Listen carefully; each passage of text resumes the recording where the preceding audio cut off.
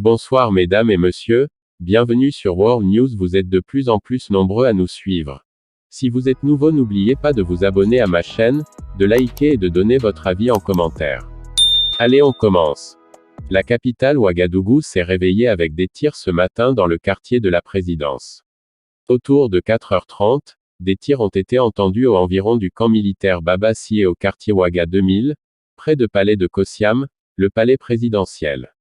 Plusieurs artères de la ville sont surveillées par des militaires.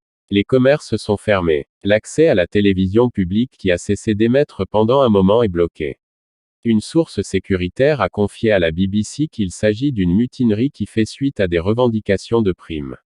L'agence de presse Reuters rapporte que les coups de feu proviennent du camp principal de l'armée et de certains quartiers résidentiels de la capitale.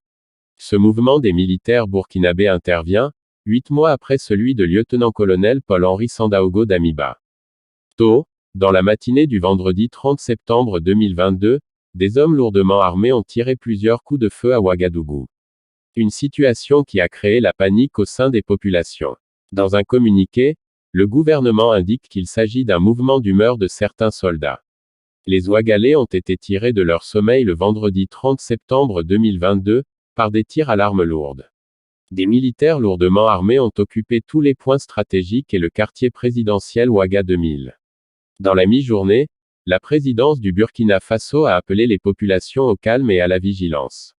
Le président du Faso, chef suprême des forces armées nationales, le lieutenant-colonel Paul-Henri Sandaogo Damiba, au regard de la situation confuse créée suite à un mouvement d'humeur de certains éléments des forces armées nationales ce vendredi 30 septembre 2022 à Ouagadougou, invite les populations à observer la plus grande prudence et de rester calme face à certaines informations qui circulent notamment sur les réseaux sociaux, lit-on dans le communiqué de la présidence burkinabé. Selon la note, ces bruits de bottes sont des mouvements d'humeur uniquement au sein de l'armée qui sont sur le point de trouver une solution. Des pourparlers sont en cours pour ramener le calme et la sérénité. L'ennemi qui attaque notre pays ne souhaite que la division entre Burkinabés pour accomplir son action de déstabilisation, dit-il. Restons unis pour le triomphe de la paix et de la sécurité, conclut le communiqué publié par la direction de la communication.